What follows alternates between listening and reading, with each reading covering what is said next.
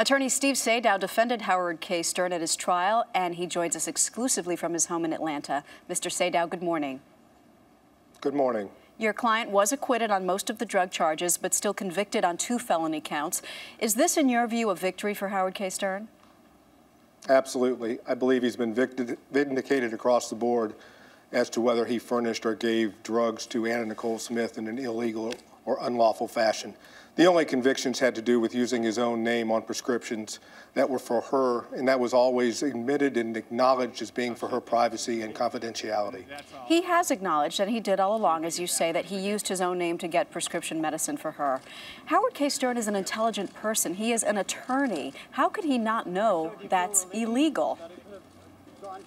Well, principally because in the Los Angeles area, celebrities have been using aliases and anonymous names for years and years. Anna used it in many occasions. Many hospitals used it for her. Doctors used it for her. And in Howard's mind, as long as the prescribing doctor and Anna knew the medication was for her, there was nothing wrong with it. Is there anything that he regrets? Does he have a clear conscience that he did not enable a problem that ultimately led to her death? I think he definitely has a clear conscience. He loved and cherished Anna. She was the love of his life. He regrets the fact that her untimely demise was such a tragedy for one and all. That death was ruled an accident. It wasn't the subject matter of this particular lawsuit. And he'd like to, of course, have her back. But no, I don't think that there's anything in his mind he believes that he should or could have done differently. There's a hearing coming up in January where the judge will allow you the opportunity to present your motions. What will you be asking for then? Well, all along, the judge has indicated some concern with what we call the false name aspect of the case.